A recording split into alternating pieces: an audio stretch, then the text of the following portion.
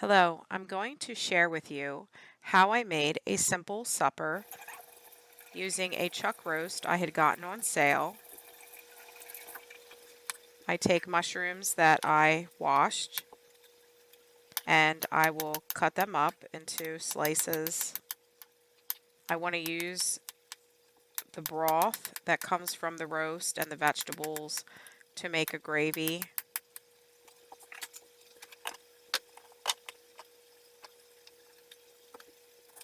I cut up an onion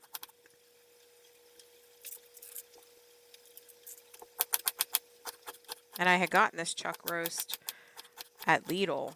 I sometimes find some good deals there. And I seared the chuck roast in my cast iron that I probably just used a little bit of olive oil, and I had salt and peppered the side that was up, and then when I turned it, now I'm going to salt and pepper the side that I already seared. And because it's so thick, I have to turn it on its sides to sear around the edges some.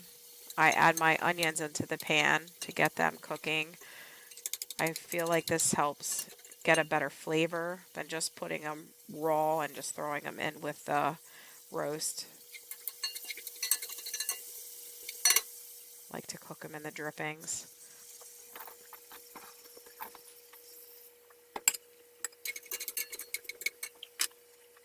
I'm going to add some garlic powder and a poultry seasoning that has a little bit of cayenne in it.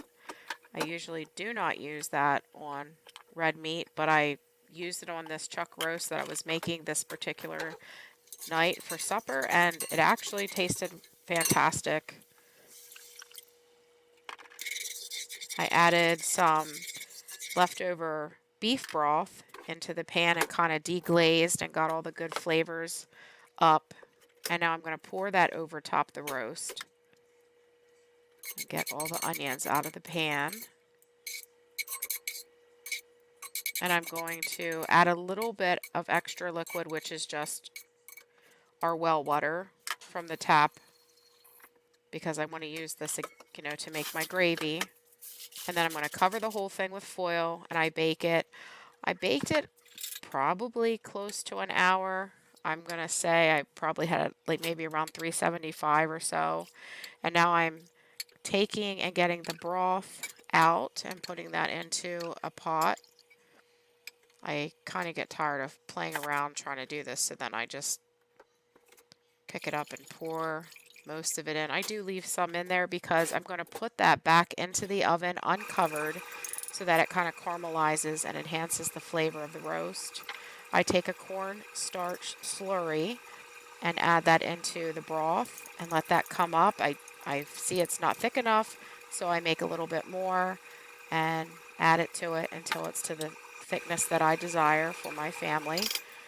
I had cooked 3 cans of green beans in the juice from the can and I drained it. And now I'm taking and melting some butter and adding some red real salt and pepper. And I'll fold that around, the green beans, coat them in it.